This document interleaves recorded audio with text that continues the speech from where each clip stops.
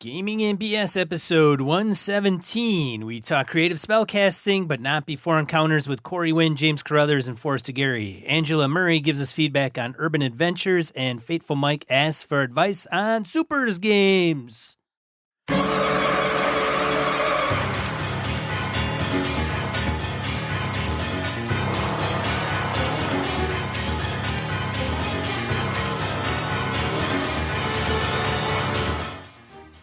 Welcome to Gaming and BS, a tabletop RPG podcast. I'm one of your hosts, Sean. And I'm Brett. Sean, that was a really, really professional intro. I appreciate the work and effort you put into writing that copy. That was good stuff, man. I'm up in the game. You're totally up in the game. Making me look bad is what you're doing. That's okay. I can't comment on anything topic-wise, so I figure I would pretty up everything else.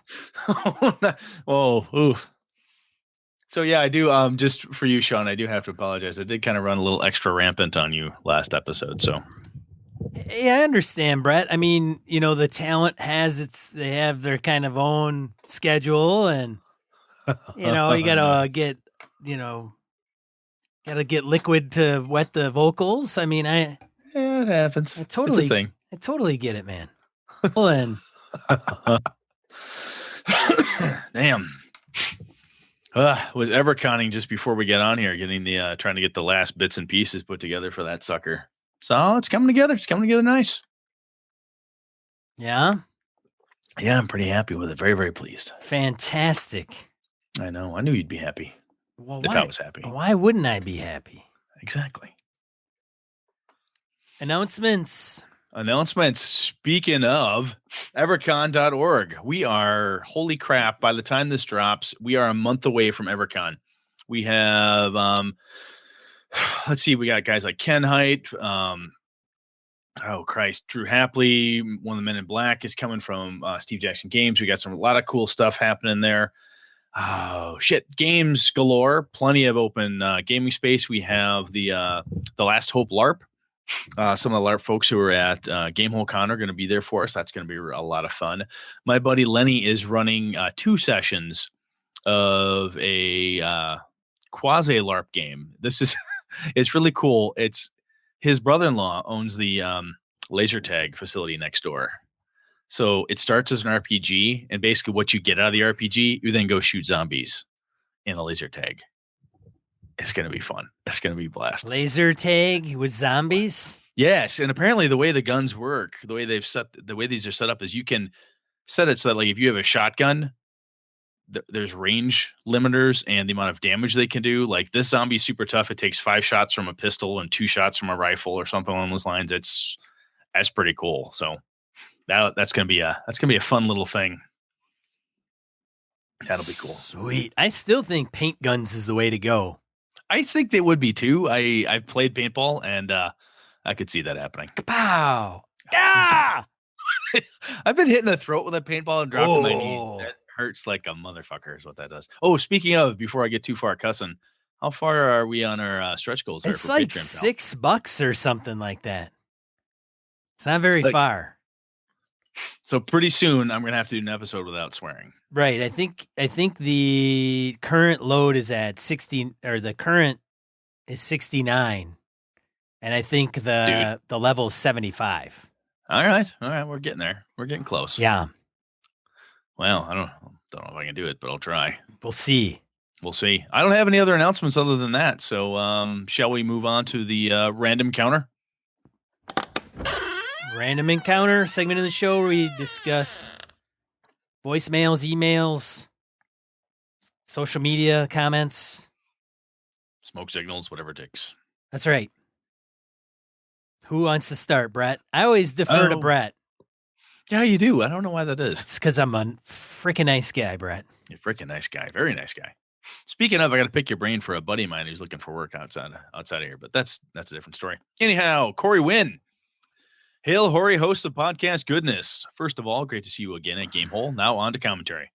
Whew, Corey hits us with a couple here. Episode 115, Gods and All. I make up all my own gods and goddesses to avoid the issues you talked about, and for another reason, how magic is supplied/distributed for all spellcasting characters and magic items. While long and boring to type, I have my reasons for making the gods up, and it ties to the world's history, cosmology, magic, folklore, etc. Easier to just make stuff up and possibly have PCs flesh out aspects of the particular god's tenets. Even non-cleric / paladin / divine monkey classes can worship or invoke gods. It's not like everyone, but the divine classes are agnostic. Most of the time, the gods in my world take a backseat and may be a powerful representative of theirs. Maybe a powerful representative of theirs would appear in a game, or the PCs would learn about the machinations of an evil god or goddess as an investigative, quote, who done it, unquote, and get embroiled in the scheme. It's campaign coloring, and I use it. Episode 116, Urban Adventures. I've never gotten Carl Urban into a game with me yet. Oh my God. Oh, no. Thank you, Gus. Wrong Urban. I have done city stuff. How about a city run with an iron fist by ghosts of the original founders who contrived to keep all as they dreamt it when the city was founded? Done that as no one suspected a city governed by incorporeal undead who used puppeted people to be the facade of governing officials. You know what's interesting is that actually reminds me of Lankhmar. There are the gods in Lankhmar versus the gods of Lankhmar. And so anyway, there's some precedent for Mr. Corey Wynn's approach in the Great Fritz Liber. Anyhow, also competing guilds, masquerade balls, visiting gypsy troubadours, and the fortunes going awry have kept my PCs in the city. I also had a siege of a city adventure wherein I built a big wall out of cardboard, had hundreds of minis out, and used mass combat rules as well as one-to-one interludes as the PCs thought how best to overtake the city and its defenses. Some of the guys in the gaming group kept taking pics with their phones on that one, which surprised me. I like to mix up the terrain from city to dungeon to cave to swamp to open field and even the skies or other planes. Hey, maybe that's a topic for you. How do you handle extra planar stuff / other dimensions in games? Curious to know. Take care, guys. Hope to see you at Gary Con, and I'll bring some brews. Corey Wynn, you're a patron who's not a patron. And I'll to Corey's point around the beer, Corey has and his brother Dave have provided Sean and I with some amazing beer every time they have run into us at a con. So it's always nice to see those guys. Nothing else, just for the beer. Seriously though, Corey, thank you, sir, for writing in. I really appreciate it. yeah. Sean.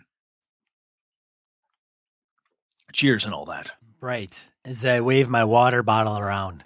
All right. James Carruthers. Hey, Brett and Sean. I just finished listening to your City Campaigns episode. I enjoyed it, as always, but this one inspired me to send along a note to join the conversation, as a few points in particular came to mind. First off, the whole thing reminded me of our family's favorite board game, Lords of Waterdeep. That's a good one. I've never played Lords of Waterdeep. I've never played it. That is a damn shame, Brett. You have played it, though, correct? I know. I gamed with the designer. Oh, that's right. You did. Peter Lee. He's like a close personal friend of yours, isn't he? I like to think as Peter is my close personal friend. We have history. He was in my Star Wars Living Forest game for quite some time and went on to move to Wizards of the Coast. That's right. Originally from the cities, worked for the University of Wisconsin for a while, and then he got in. I'm going to give you guys a little story. This is kind of unique. If you want to get into the gaming industry, this is kind of weird. Not weird, but something that just consider. Peter he was a very good miniatures painter. A lot cool mini or not, a lot of minis on there. He's really good. He's the guy that would use a Dremel, put it out, put tea lights in things to make it look like the fire elemental's actually on fire. He does good stuff. Yeah, he did some molds of him, himself. One of his more popular molds that he did was the gelatinous cube. So he did it before Wizards did. And he actually put like a little skeleton dude in the cube and made it look like he was floating. Regardless, he got into miniatures painting, got into D&D minis, and then judged for Wizards of the Coast at every Gen Con since the D&D minis line was launched. And what he did was he painted a feature mini out of one of the sets. So if the set was, whatever set was popular at that time, you would take two of the rares and custom paint them and mount them on the wooden bases and nice. Put, stones on there and weeds and stuff. And then he would provide those to winners of the tournament. So those guys at Wizards of the Coast knew him for quite some time, and then he applied for a role to be one of the miniatures guys at Wizards, and that's how he got in there. Now he's working on Magic. But he did Ravenloft, he did Lords of Waterdeep, he did the dragon one, the Lord Asheron's Call or whatever. Yeah. Anyways, I digress, but it's a great game. If you haven't had the chance to play it, it's a good game for even those that are not in D&D, right? Because you don't have to play the meta piece, right? You don't need to know D&D. Anyways, if you or your listeners are looking for urban quests and adventures, the board game has literally scores of quest cards you can glean inspiration from. Stopping an underground drow slave trade, thwarting the uprising of a diabolical cult, clearing the crypts of undead beneath Temple X, confronting the Xanathar, etc., etc. So in Lords of Waterdeep, part of what you're supposed to do is complete quests. Those quests have corresponding highlights where they may have like warfare, and you are one of the Lords of Waterdeep, and if you complete a warfare quest, you get bonus points at the end of the game. Well, it's just a cool idea. I've done a similar thing with the Murder City game I ran. I stole some of the background and so forth directly from the White Wolf board game, Murder City. I've never actually played the board game. I had it read. I went, "Ooh, this is really cool. I could use this as a basis for an RPG." And having Lords of Waterdeep, I mean, this is another good reason. If you want to run an urban game, you're like, boy, I don't know what kind of adventures to run. It apparently has quest cards, which are nothing but adventures that you can run in a massive city. That's really, really cool. Another idea also occurred to me while listening. What about an urban campaign that sticks to urban settings, but transitions to different cities? For example, it could start in Daggerford with something small for levels 1 to 3, then move to Waterdeep, hand-waving the mundane travel on the road from the village to the city for levels 4 to 8, then travel through some discovered magic portal to Sigil, the City of Doors, for levels 9 to 13, then onwards to the City of Brass, the City of Dis, Gloomrot, Tunarath, Hestvar, Batorian, Jangling, Hyder, etc. All via Sigil's portals and other teleportation circles, no need for any mundane travel, with intermittent hooks bringing them back to Waterdeep or Sigil in between. Could provide nearly infinite variety without ever leaving city environs. Would love to hear your thoughts on this idea. I love it. That's my first thought on that idea. That is really, really a good idea. Yeah, screw all that travel, man. Nice. And yeah, if you got it mapped out and you have those connections, which I think a couple other people are going to mention here in a bit. I don't know what else to say. It sounds like a good plan to me. It's a totally good plan. I mean, you take something from Lords of Waterdeep, like, hey, underground drow slave trade, which then leads me from there to find out that the actual masters are the mind flayers, the Illithids are involved. And guess what? Those fuckers are also connected to the hags, which are in Sigil, which are selling lemurs and blah, blah, blah, blah, blah. And next thing you know, you're spanning all over the freaking place trying to find out what's going on and who's doing a thing. And it could be a Sararak the Demi-Lich for all we know. Very cool. I love it. Keep going. Lastly, surprise springboarding off my imaginings of an extra planar cities campaign. I thought I would ask you guys about adding to your discussions list the topic of planar travel in our games. Could be a big one, which you might want to separate into a few related topics for different episodes. But I thought it would engender some good conversation and spark some good ideas. I've been listening since the beginning with episode 1, and I don't remember an episode dedicated to the planes, but forgive me, if I've simply forgotten. Keep dishing out the awesome BS. Awesome. So that's 2 in a row. Like James and Corey. Yeah, James and Corey want to talk about planar travel. That's pretty cool. Yeah, apparently we have not done an episode on planar travel. We've not talked about that. We have That's not. Cool. No. That's a damn good idea. That goes in the bin. Next up is Forrester Gary. He emailed us and said, hey guys, really, really dig the most recent episode on fantasy gaming in the urban environment. This is hands down my favorite type of setting. Oh, that's sweet. As I was listening, I was taking a few notes, which may or may not hit on the issues you were talking about. Apologies if some of this is repetitive of the things you said. Sorry, not sorry. I love Forrest. Number 1, cities change, and sometimes they change rapidly because there are so many people crowded into such a condensed space. Fluctuations in the economy and political changes have a direct effect on characters. Costs go up and down. Businesses where the PCs might have had contacts go out of business. Curfews might be imposed, etc. That's one thing I love about those settings. They're never static. Dungeons are static, but not cities. Number two, you mentioned expanding out and down into the sewers, etc. But one thing that is often forgotten about is this about cities is that they're built up. A city is a three-dimensional environment. Some of the best adventures I've run have been a result of this. Thieves climb walls. Mages might have magical means to go up the outside of a building and spy on those inside, or even break in themselves. And a grappling hook and rope become essential adventuring tools. However, cities are also cramped. An alley may be totally dark. Do you have the ability to blind fight? Caltrops and a bag of marbles can be used to devastating effect on pursuers, including the PCs. Cities are nasty because every nook and cranny in every direction might hold danger. 3.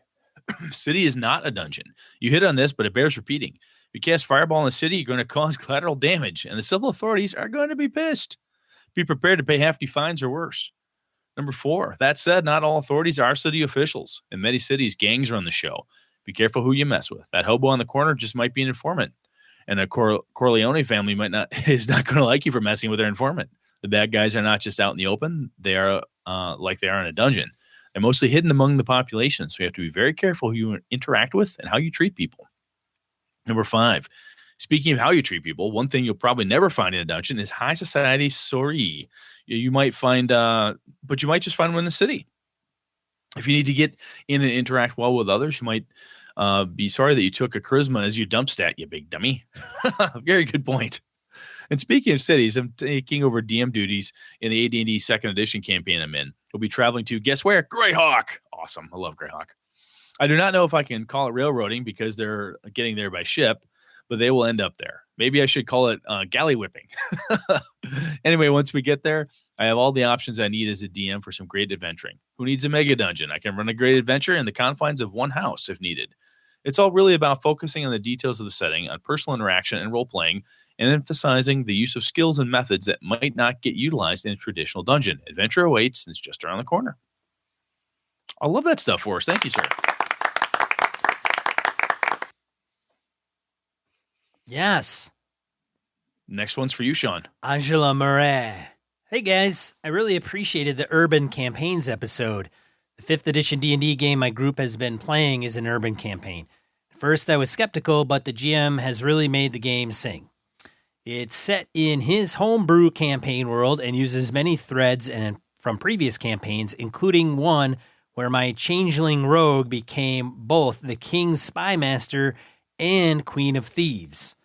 Our current campaign deals in part with the aftermath of the destruction of a very powerful assassins guild and the jockeying for power that happened after that. One point I wanted to make about urban campaigns is that you need to show how closely knit everything is.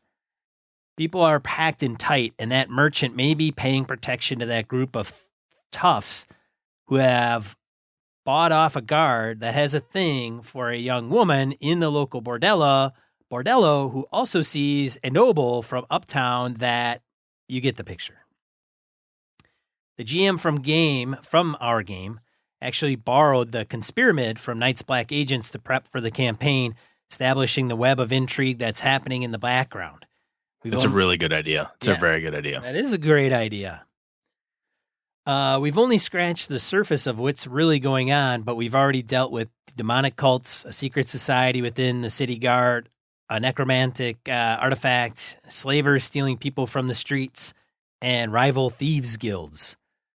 Basically, when doing an urban campaign, it helps if you at least sketch out the connections between various groups to help make it feel like a real messy city environment. Very good stuff, Ange, as always. Yeah, you got to map that stuff out, I think. Absolutely. I think somebody mentioned mind maps before, kind of using the mind map tools. There's different ones out there. But something that Cos Pyramid, I can't remember if I mentioned the Cos Pyramid or not. I think the sexy voice man.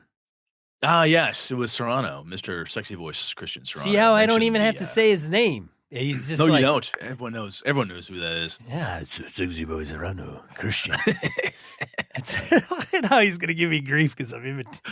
That's my Christian Sexy Voice Serrano voice. That's almost as bad as your New Zealand or Australian. I'm a GM, man. I'm full of them. Full of them. You're full of something. Yeah. All right. Fateful Mike, he emailed us. It said, greetings and happy holidays, boys. Been busy, such as life does.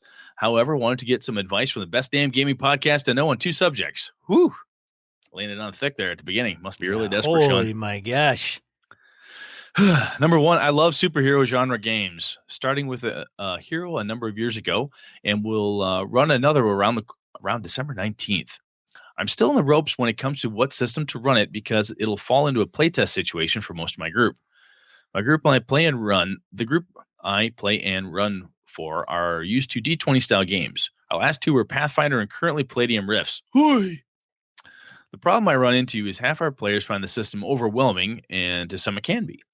I have been doing research into more simpler systems and have narrowed it down to a few. However, should I go simple and stick with D20-esque or stay in their experience level? Savage Worlds, Necessary Evil, Apocalypse Engine, Masks, Palladium, Heroes Unlimited, Mutants and Masterminds, and of course, Fate, Venture City. Anything else you could recommend? Anything to stay away from?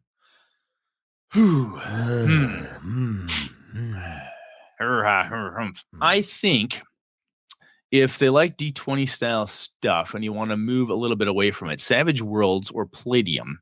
And I do not know Mutants and Masterminds. D20. So D20? It's actually originally was taken after True 20. That's right. But I don't know how it's changed from the editions from one to the next. I think they're on 4th or 5th edition of Mutants and Masterminds, if I'm not mistaken.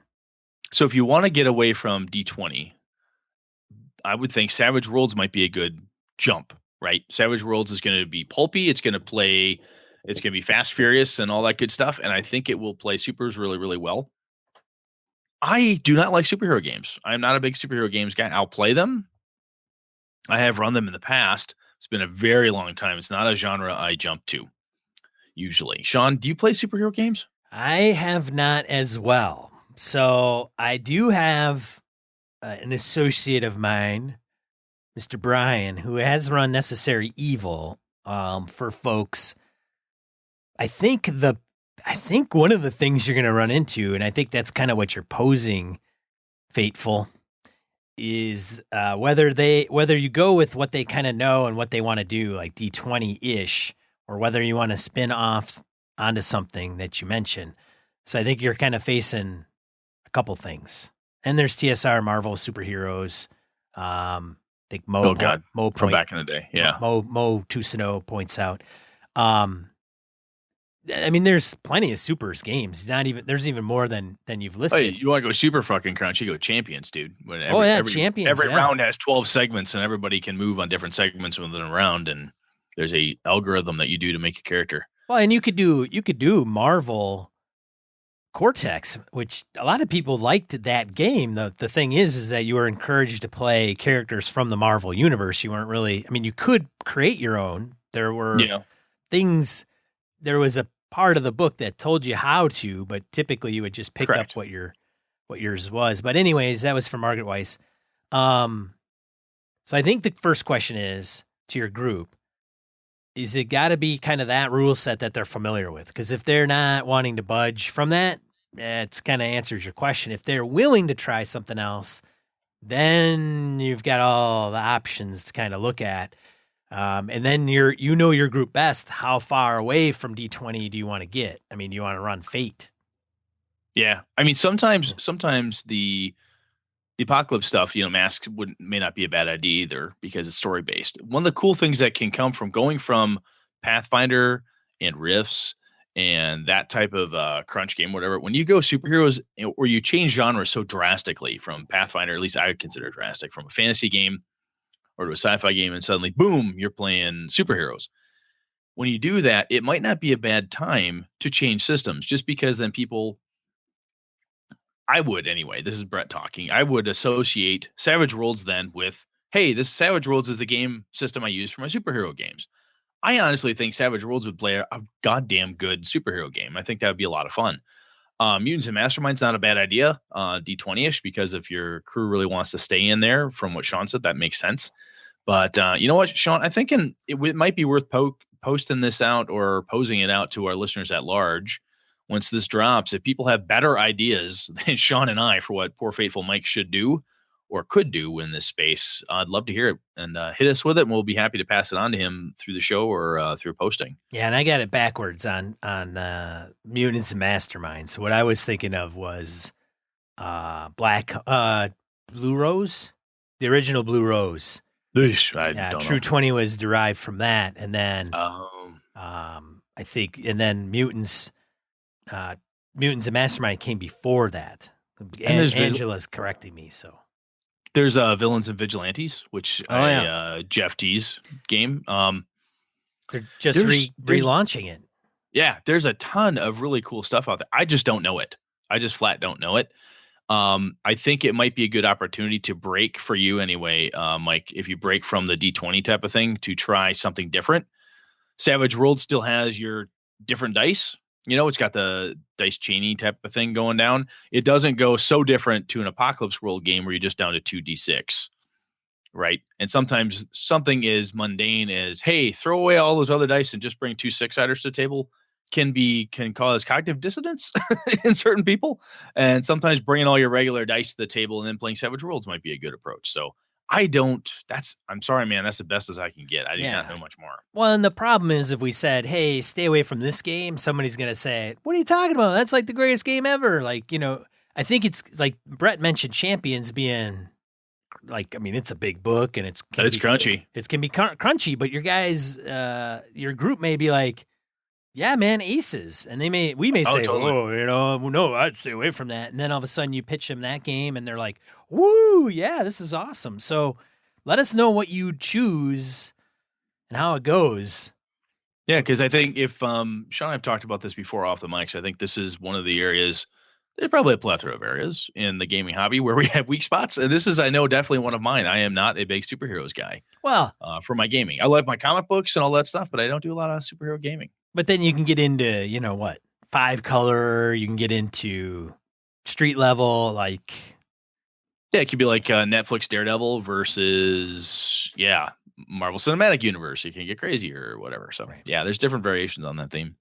Good luck. Yeah. Mike goes on, though. He has a point, too, here. He says, for you World of Darkness enthusiasts, if you look at that at the Universal Studios Universe of Monsters, you have the assigned game from World of Darkness, such as Dracula equals vampire, Wolfman equals werewolf, etc. What would the Invisible Man fall under? Would the creature from the Black Lagoon fall under Beast the Primordial? What others do you see fitting into an existing game set or ones that you do not? Damn. That's an odd question. I've not even thought about that.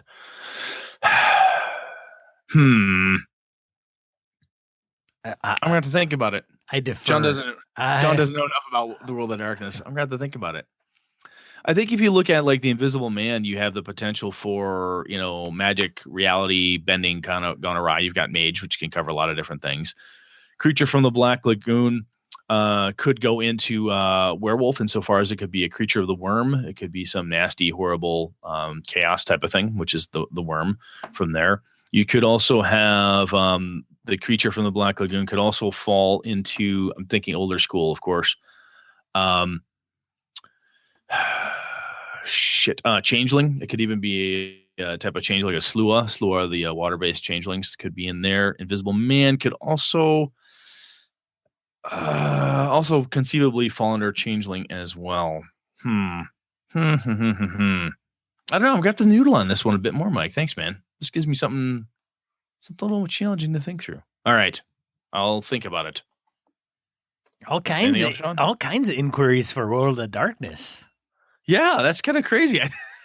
I know it's a popular game system still. I have not played it in a very long time. But it's actually crazy. Yeah, we have had a number of different people asking about it recently. All right. That wraps up Random Encounter. Let's get into main topic. Absolutely.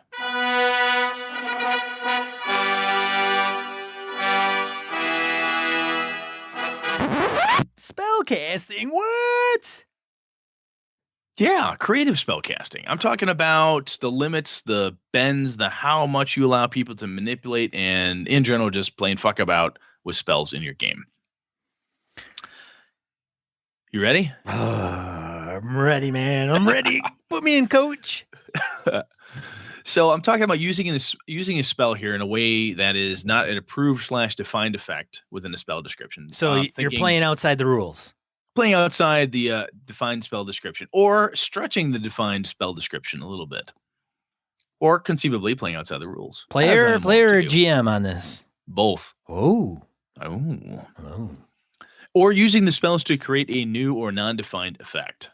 Right. So not only just, hey, I want to use this to try to do X, or to stop the bad guy. I also want to use it to maybe, darkness does a thing. Maybe I want to stretch it to do something else. There's players are sneaky, right? And game masters are sneaky folks too. And we're trying to get different ways and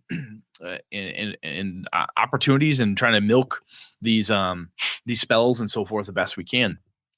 I think in using D&D is kind of the basis for the discussion. Now, I know there are other game systems that spells can be like, they're wide open, right? I mean, you look at the, speaking of World of Darkness, look at Mage or Amber even, spells have a massive, wide, crazy variety of things you can do. In my my Bad Magic game, spells could do almost anything you could describe. We simply assigned difficulty based on the description or what it is you were trying to accomplish.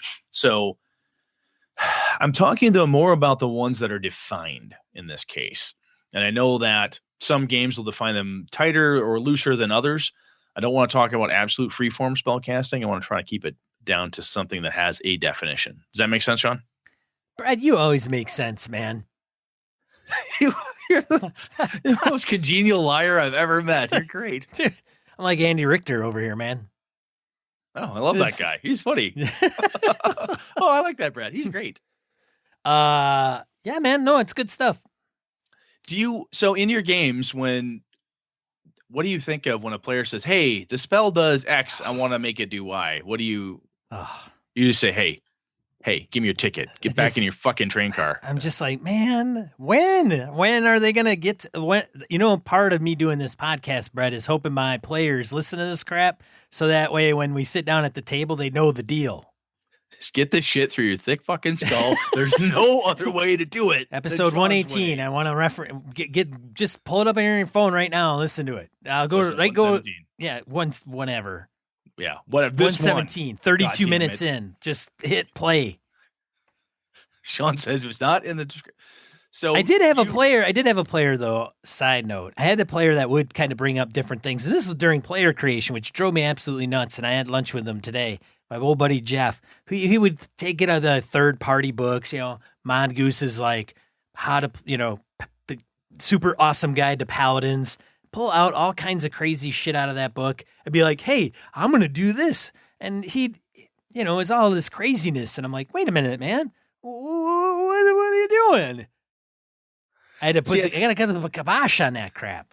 See, when it comes to some of those things, we've talked about character gen before. To me, character gen is it has to fit within the world's boundaries, right? If you're a paladin, you're a spellcaster, like, look, everyone learns their magic because of their blood. They're all like sorcerers from D&D 3.0 and so forth.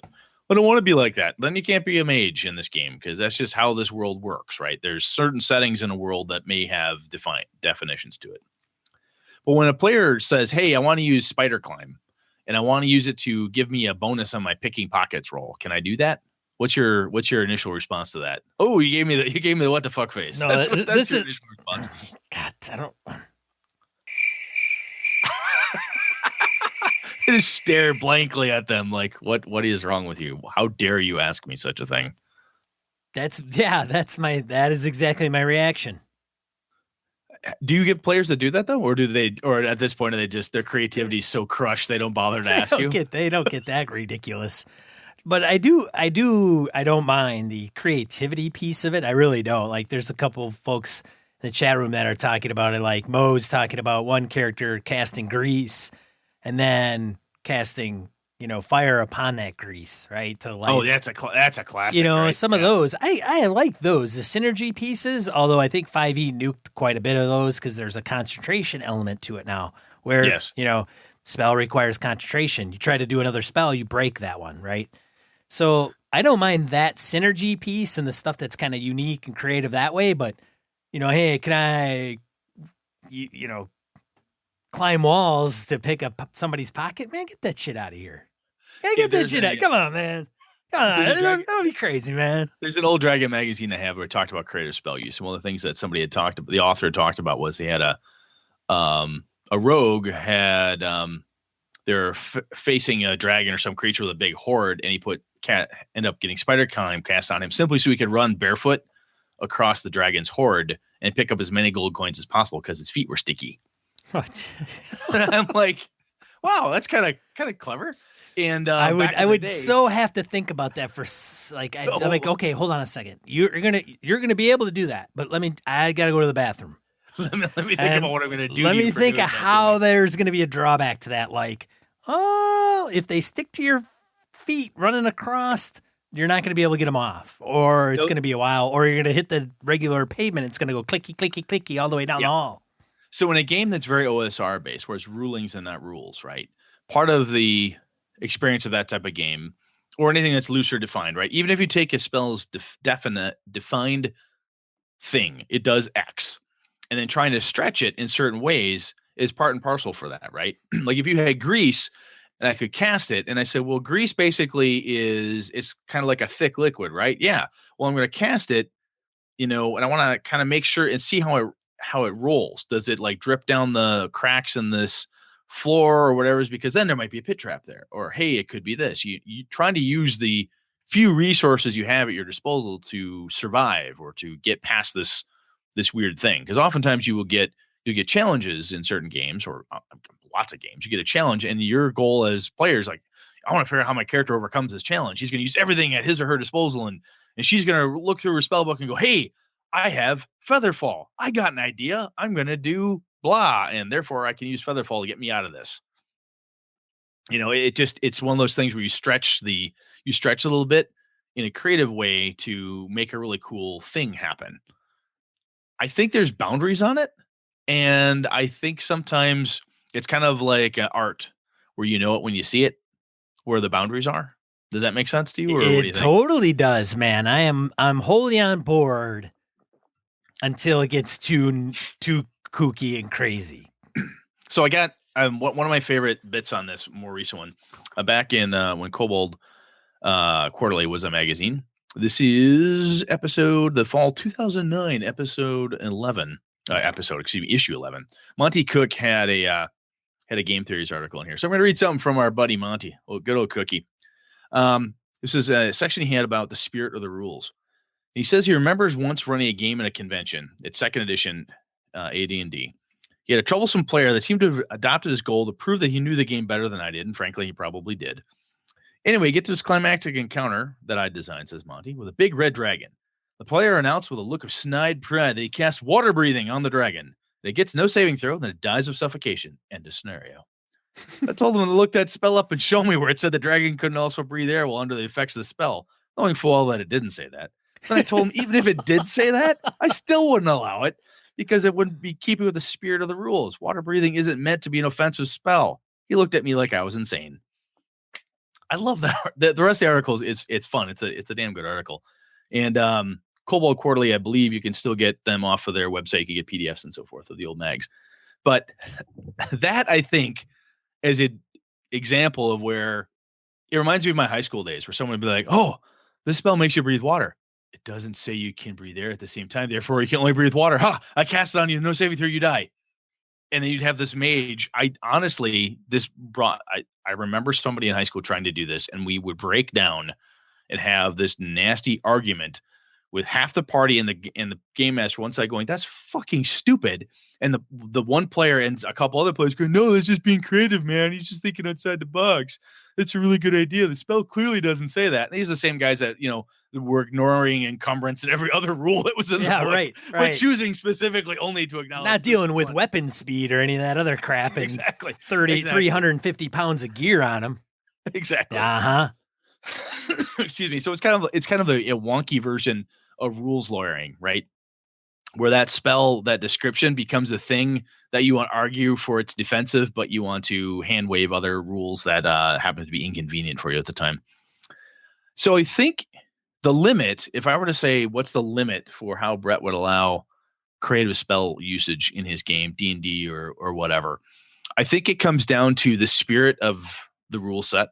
Hey, that's water breathing. It's not meant to kill people. It's not really designed to do that. It's not going to work.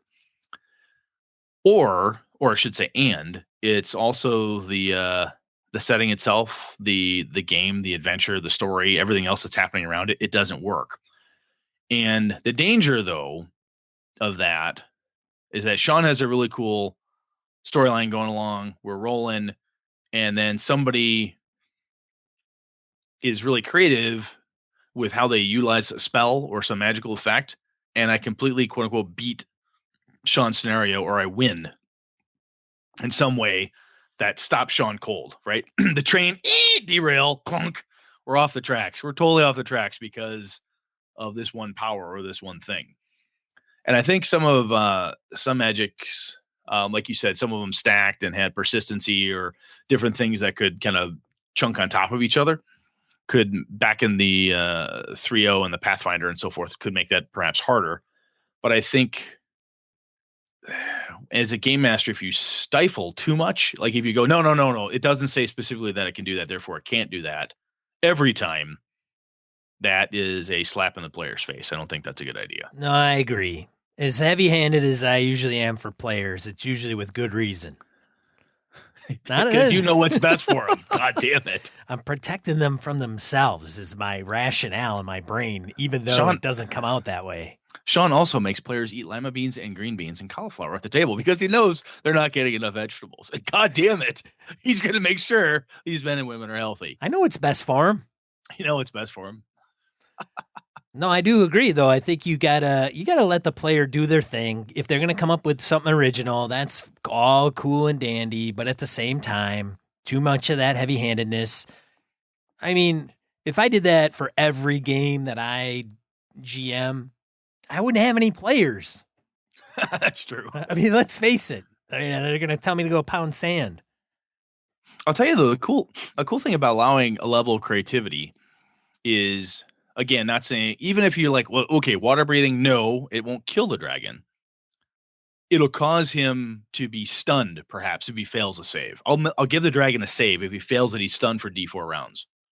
Okay, yeah, all right, yeah, the sudden loss of being able to breathe for an instant before he shakes the effects. Oh, okay, yeah. You can have some weird physics discussion or some logic discussion around it, right? But that's part of the agreement you can have at a table. You can have that discussion. At least I would. Sean would just say, fuck off, and they would never allow it. But there is a reward that you can do, even if it's not giving the player everything that they want that creative thing to do, right? They're really pushing the boundary of the spirit of what that spell is supposed to do, or as defined. And in doing so, you may say, hey, you don't get all of it. You get 75%. Or, yeah, but I'm going to let the person have a saving throw, even though it says they shouldn't. Or there's only a % chance of effect or something. There's ways to essentially nerf, if you will, the craziness, but still letting the player have a shot at doing something. Kind of tone it down or put something around it. I just keep thinking of this player that's going to like cast Create Water with a range of, whatever the range is for Create Water, like in somebody's body. Like it doesn't say that the body will stop it. Oh yeah, that was like oh, so speaking of comic books, they drown because it takes like a teaspoon of water to drown somebody. Yeah. So that's again. So speaking of comic books, when Magneto ripped Wolverine's adamantine skeleton out of him because he goes, I can do that. There was an issue of a comic book where Magneto again pulled all the iron out of somebody's blood and killed him because it's metal and he can do that. At a certain point, I'm like, holy fuck, he could do that. Why does he just kill everybody like that? That's freaking crazy. But again, it's a creative thing. Sometimes it only works once. Sometimes it's for the moment. It's a really cool thing that's happening right now. We may never be able to duplicate or replicate the exact events that allowed it to occur. The flip side, of course, is that if your players can do it, the NPCs can do it too. So when the players have done something creative with Featherfall, Grease, Firefinger, whatever, some cantrip or whatever it is, those things you can lock and go. And when you hear that, you go, wow, that's really cool. I wonder what would happen if they did this other thing instead. Ooh, I like that. I'm going to lock that away. And this other bad guy's going to use it. Because if it's what's good for one is good for the other. And again, is that if the players are allowed to be creative and tweak and do things, you can you're setting the stage, you're setting the precedence within the world that this is allowed up to a certain boundary, sometimes a squishy boundary you can kind of bounce off of or stretch. But the bad guys can do that too. The NPCs can push a little bit. And that then, as a game master, lets you take something that is very run-of-the-mill, a magic missile spell done or tweaked in a weird way, or a fireball, or something that usually has a very bam, bam, bam. This is what happens. I do this thing, then that occurs. When you find a way, or players do something creative, you can then do a similar thing, which, again, if it's keeping with the world and the setting and everything, it makes it seem really, really cool, because that only happens here in Avalon. It only happens in Sean's world. That's really cool. But then the players get to experience it on the other end and be challenged in turn by the crazy creative NPC that you've made. Yeah. What? I just, just thinking of ways to fuck with them now. No, I just always get a kick out of like, okay, all right, you're gonna get creative. You want to let this stuff fly, okay? Oh, that's how you want to play. That's how you want it. That's how you want it. Yeah, you want to go. You want to go, player. Come on, player, step up. Yeah, bring it. That's where Sean's at. Well, I mean, kind of, yeah. I mean, at times it's all good until it's reciprocated, I think. Sometimes, yeah. When the player goes, oh, wait a minute.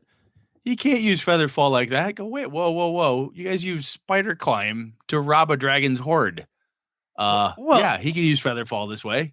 You know, I think Christian mentions it in the chat room where it's like, you can always say, yeah, hey, you can try it and see what happens. I mean, I don't know, right? But when you're a wizard and you have to memorize spells, especially in some of the older editions, I mean, you cast it, it's gone. Yep. And so you're like, ooh, I'm going to try this. This is what's going to happen. And all of a sudden, poof. Well, it wasn't the effect that they expected. And then all of a sudden their spell's lost. And it's like, oh, shit, that sucked. It's like, you got this big, huge, delusions of grandeur. And then it's like, poof. Yeah, I'm going to cast water breathing, kill a dragon. Nothing happens.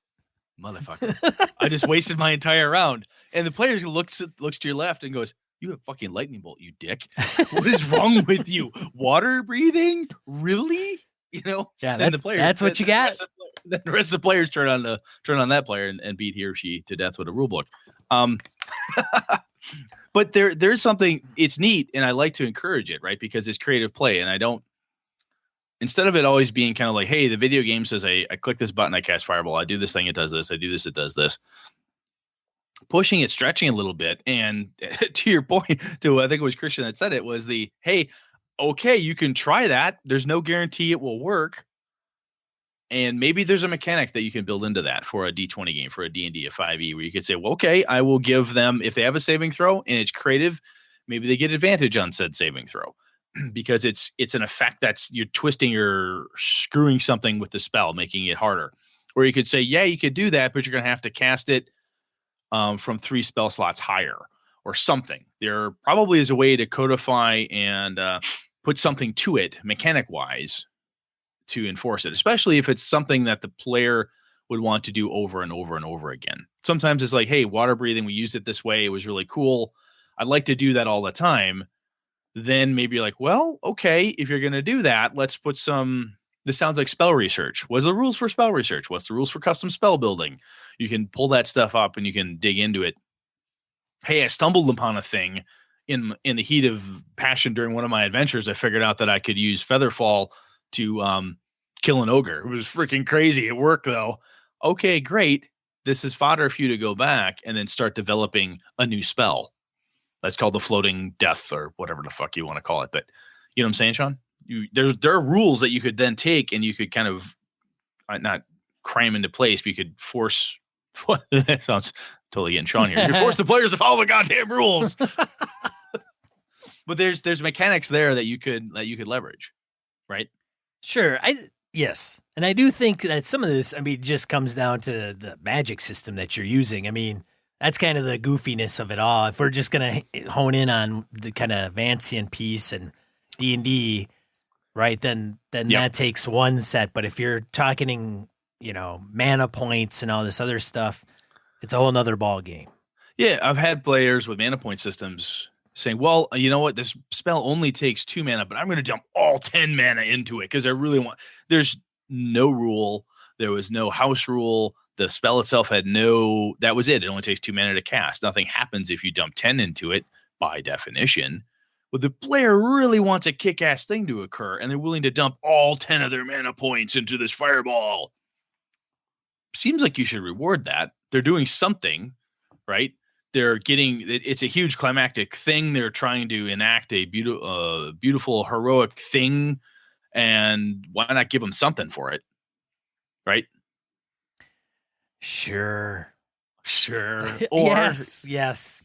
Give them something. Or the other thing they say is like, look, it won't work. You can look at the player and say, look, all other mana points will just simply be lost. That's not how it works. Oh, really? Yeah, I wouldn't do that spell if I were you that way, because you do that, it only takes 2 mana points to cast that fireball. If you dump all 10 into it, you're just blowing 8 mana points for no freaking reason. There's no reason you can't have that discussion as well. You don't have to necessarily let the player get away with whatever it is that they want to do just because they're really passionate about it. You can say, okay, great idea. However, the tool you have isn't the right one for the job. You can put all the leverage you want on that crescent wrench, but you still can't, change the tank treads. That's just not how that works. That's not how that's going to go. Yeah, man, let them, like, they spend all their points, man. Let them bleed through their nose and pass out. Like, oh, hey, that's cool, man. You blow it all in one shot, and now you're unconscious you're just unconscious. You don't know when you're going to wake up. The party comes over, rubs sniffing salts in front of their nose, and, that person's KO'd for a while. That was classic in my old World of Darkness games where you had willpower. And the guys, I was loose one day, and somebody said, I want to spend all my willpower. I really want to make sure this happens. And I could not for life of me at the time remember what the rule was. Heat of whatever it was, sure, okay, boom. And the guy had said, I don't care if I'm just a vegetable afterwards or a mushroom and a willless zombie. This has to work. So, and then at a certain point, people are like, all right, I'm going full mushroom on this one. And they just would dump all their willpower to make this happen, knowing full well that they were just vulnerable to anything and everything. And it became a house rule of how we utilized it in the World of Darkness games. But it was a thing you could, essentially a spell, if you will, that had an effect that we as a group decided that if you go all in, the negative effects, to your point, Sean, were pretty fucking bad. You were susceptible to almost anybody pushing you or asking you to do anything. You had no driving will behind anything. It was not good. Similar thing, right? You cast it all. It's almost like a DCC spellburn type of thing, right? That's it. Cut off 2 fingers and a pound of my and gouge out an eye. I hope this works. Yeah, corruption, man. Yeah, exactly. Another thing is if you're gaming with player characters, you're usually not you're not the lone wizard out in the middle of a room ready to go nuclear on the baddies. Usually you got some partners around you, man. You pump it up if it's a mana type system, or you get creative. It's not just going to be affecting the baddies in the room. Yeah, that could be. Do you want to do this? I mean, do you even give them a warning? Like, hey, we want to play this way. All right. You sure? Okay. That's something I want to do. This is totally going to be awesome. Off-label spell usage may have unpredictable results. 5 dead halfling party members later. Motherfucker. God damn you, Brett. Sorry, I thought it would work. I mean, that's totally plausible. You can do that too. People can do a thing and have it just absolutely blow up on the party. Right? I've had more than one fireball dropped on me inadvertently or advertently by players.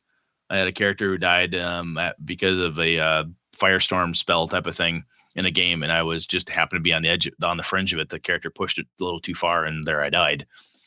So I mean, there could be some horrible ramifications for pushing the again to paraphrase the misdirect marks, guys. The off-label usage of your spell mileage may vary.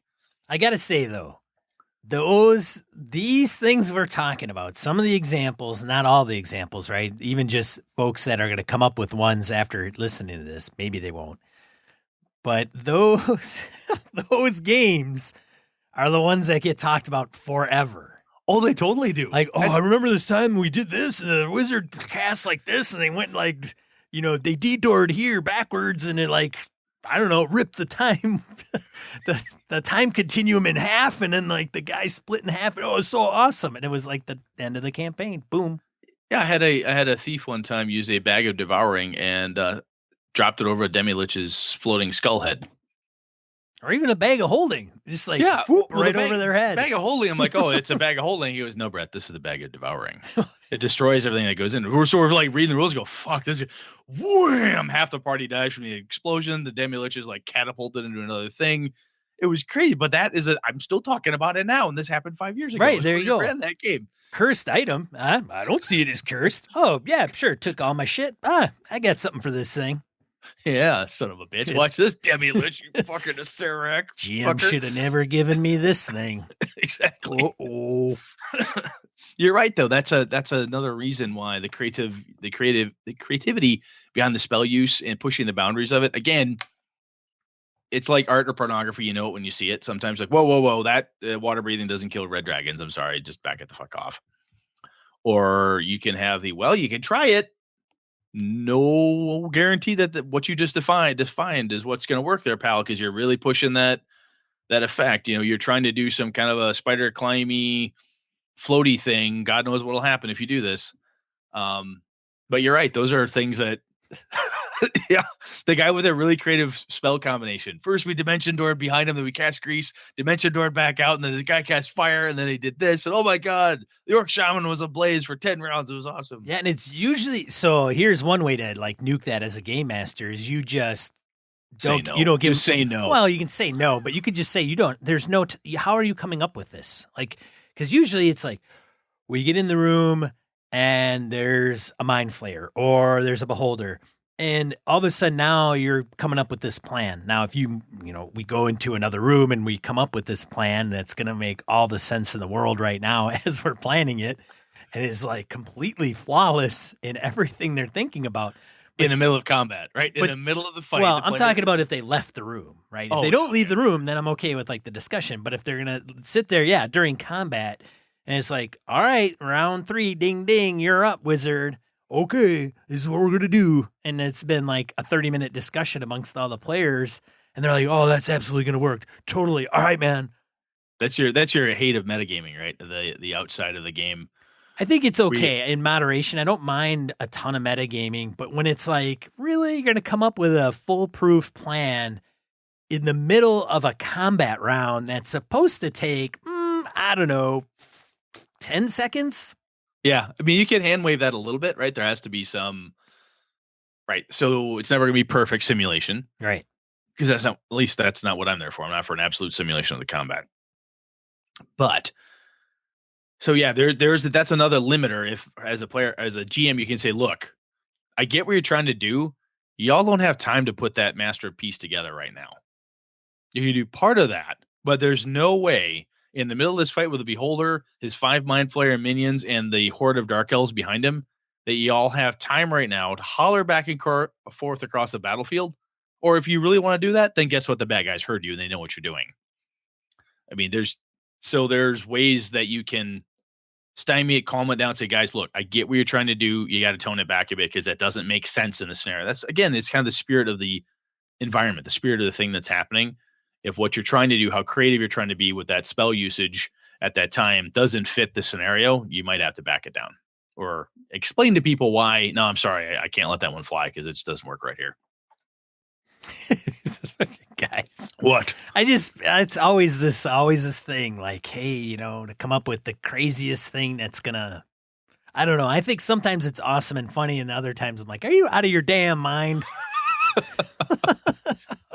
Like I said, it's like art or pornography. You kind of know it when you see it sometimes, and you're like, God, no, that doesn't work. You don't use, again, to use Monty Cook's example, you don't use water breathe and kill a fucking dragon. That's just not how this works.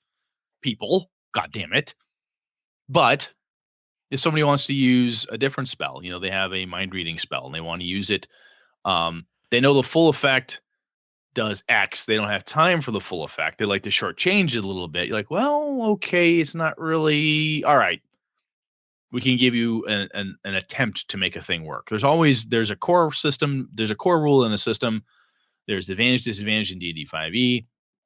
There are dice chains, things you can do, penalties, difficulties, saving throws, resistances, all sorts of things that as a game master and players, you can bring to the table and say, look, I'd like to do this thing. I know it's a little crazy. I think, Sean, as my game master, it might actually give me a penalty on my roll, or let this person have a resistance check against this spell effect, even though it normally wouldn't get one, because I'm trying to bend that spell rule so much. I think they should be able to resist me. I think by positing it like that, as some of my players have to me in the past, it makes that creative spell use more palatable. I think some quid pro quo would come in handy. Sure. I mean, you want to do that? Absolutely. Here's the deal. Yeah, here's what you're going to give up for that. Yeah, you're gonna age 10 years, and you're gonna have your charisma is gonna drop like 5 points.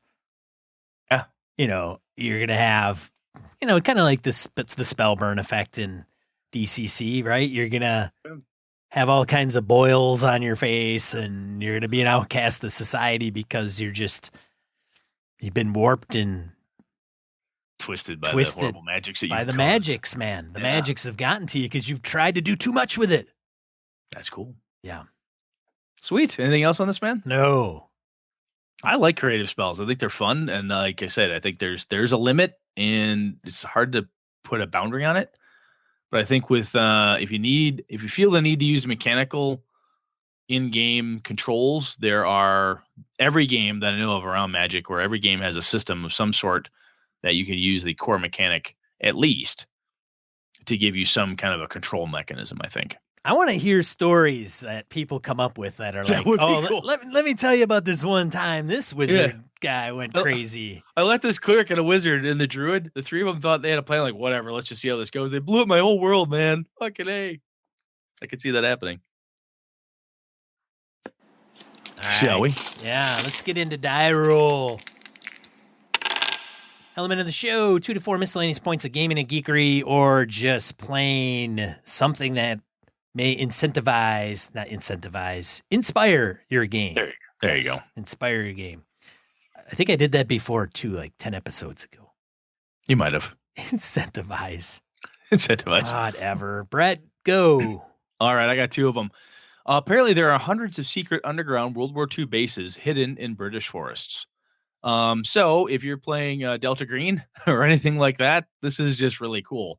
I look at this type of thing, and not only just in the UK, but the different stories and historical looks that I've seen into bunkers and stuff built throughout Europe. This would also be a really interesting thing to plug into, say, Night's Black Agents game. So link in the show notes to this. I thought it was pretty cool. Also found another link to an IO9 Gizmodo article about the 5 scariest cults in history. I think there might be scarier cults than these, but kind of like God, sometimes it's fun to use some of the existing cults, twist them, warp them a little bit, add a little Yog-Sothoth or Yig or some horrible Cthulhu mythos creature or whatever. But these are cults that would make for really good bad guys. Just pick them and plop them into a world. Sean, are you looking at the chat room there? You're like all grinny happy. Yeah, these guys kill me. VC's like, Sean doesn't actually roll the dice. He's all mad. That's funny. I'm too lazy tonight. Too lazy. Mine, using Microsoft OneNote. I do have a person that I had found on Google Plus that uses it rather robustly. And I thought, I know some gamers are either using Evernote or OneNote. This individual takes it to a whole nother level that you can check out. I'll have a link in the show notes. That looks cool. I'm looking at it right now. That's fucking awesome. Yeah, it's like they made their own PHB campaign guide reference book. It's kind of nuts. Wow. Yeah. Number 2 in the, let's see, YouTube video. Yeah, I put this out on Google Plus, and I think that was it. Twitter maybe. DNA, huh? I don't know why that. D&D based guide to contribution and inclusion in the Python community. A technical talk on programming language using D&D as a reference. So I liked it because it was kind of like a real world kind of conference talk, and they incorporated D&D into it, much like Phil Vecchione's project management talk he gave at some project management convention conference, but incorporated elements of role-playing games. Yeah, his whole thing was like RPGs and project management. It was really cool. Yeah. So I think that's pretty cool, and I think that's very neat. Yeah. Number 3, the anti-Cathera mechanism. Interesting. The most mysterious technological object on the planet should have been destroyed at least 3 times. And it's Oh, this is the one that they found in the Mediterranean Sea. Okay, yeah. All right. That thing's cool. yes. And then my last one for the week. If I can get that stupid box to get off my thing there. Okay, gaming travel kit. So Chad Jones, he's a blogger for a Yelp in the Dark blog at Blogspot. Laid his travel kit out. So I thought we go to cons. Some of us are GMs, some of us are players, some of us are both. So when you go to a con, or you're going to, or you got your traveling kit set aside, take a few pictures and show us what it looks like, right? So the traveler kit we're speaking of, is like, okay, I got this plastic thing, and in there's like my 2 deck of cards and my dice, and I've got 5 pencils and 3 hourglasses and all this other stuff. And I've actually started. Here's my bag, and my bag hangs this off for water and hydration and all that other goofy stuff. Yeah, you talk bagging and kit and stuff up. We gotta obviously you summon the Vecchione as soon as you talk about bags and kits, right? But I'll tell you though, I have, after running more games at conventions and having to tote shit around, my con kit is getting lighter and lighter because I don't want to lug a huge. I've got a big magazine case that I carry a lot of stuff in when I go like to a friend's house or something, or because I just throw it in my car and I carry it, 10 feet into the basement, wherever it is I'm playing there, that's fine. But when you've got to carry it to a con, lug it around with you or whatever, I'm like, hey, what fits in my backpack? What can I just carry with me easily without having to have my backpack full of both my hands at the same time, type of thing. So this is cool. That's a really good idea, Sean. I like that idea. Show us what you got in your kit. That would Stan Shin. Stan Shin on Google Plus has done this. Yes, he has. Yep. He's got some Game Master stuff where he kind of inspired me, not incentivized. God, inspired me. Inspired to have it's a plastic, what are they? Fishing tackle. Oh yeah, little plastic box. Yeah. Whatever they're called. And so I've got little stuff, and I can just grab that, and it's going to have tokens and glass beads and pencils. My buddy Dave started doing that. Yeah. He was running. He's got some old school miniatures, lead figs, that were like an assortment of adventurers, and he brought those. And he has them in this little case. He'll just throw them in his bag and carry them to a gaming convention because somebody somewhere needs a miniature for a stand-in, even if it's a bad guy. Goes, I have some figs. Just throw some figs out. And adventure is usually in more demand than it is, say, monsters, because monsters you get dice or whatever you don't care about. So we always bring some of those. Yeah, that's interesting. I like that. Cool. Yeah. All right. That's it. I think that's it. That's a show. Do you know what we're talking about next week, Brett? Yeah, we're going to talk about planar travel. I like it. We had 2 people come at us about planes. We're talking about planar travel. Hey, or planes in general. That reminds me. I should save it for next week, but I saw a post in Facebook from my buddy Jeff, who I mentioned earlier, that had to do with some scientist claiming that reality is not as real as we think it is. Oh, for God's sakes. Oh, it's perfecto. All right. Yeah. So anyway, we're going to talk about, we won't go, well, we'll see how far we get. We'll talk about planes. I think it'd be kind of interesting. Yeah. So I've flown on a DC-10, 747, little puddle jumpers, little Airbuses, I think.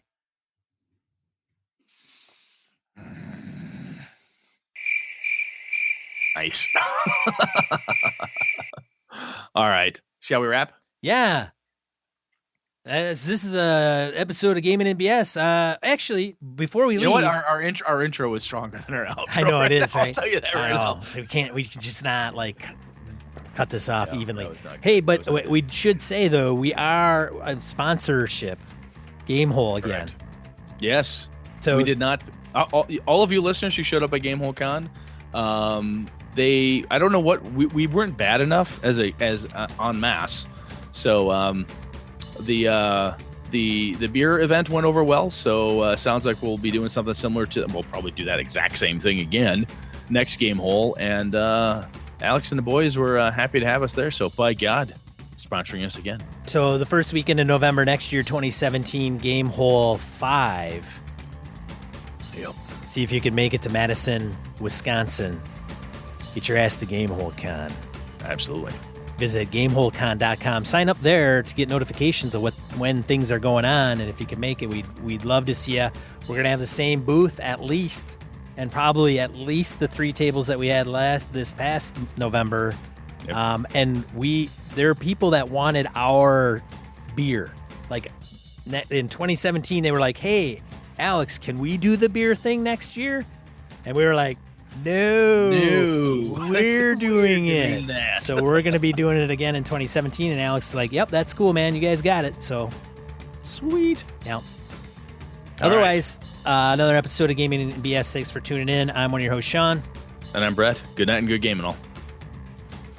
Episodes of Gaming and BS come to you with the help from the following patrons: Christian Sexy Voice Serrano, Kevin Lovecraft, Joe Swick, Brett's Biggest Fan, Jeff Rademacher, Forrest DeGarry, Mark Anthony Benedetti, Bruce Cunnington, Eric Jeppesen, Andy Hall, Misdirected Mark Productions, Sean Nicholson, Tim Jensen, Chris Steele, Old School DM, The Knights of the Night Crew, Palladian, Jason Blaylock, Remy Bilodeau, Jason Hobbs, Merkel Froilich, Wayne Lumrunner Humphrey, James Carpio, Not Caprio, Pure Mongrel, Lord Tentacle, Corey Johnston, Eric Tankar, Brandon Barnes, Mark Tasaka, Brett Pazinski, Tim Shorts, Eileen Barnes, Chad Knight, Dan LaValle, C.W. Mellencamp, Nicholas Abruzzo, Victor Wyatt, Tony the Butcher Baker, and Craig Huber.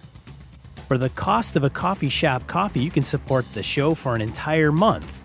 Visit gamingandbs.com/Patreon. That's Patreon. Thank you.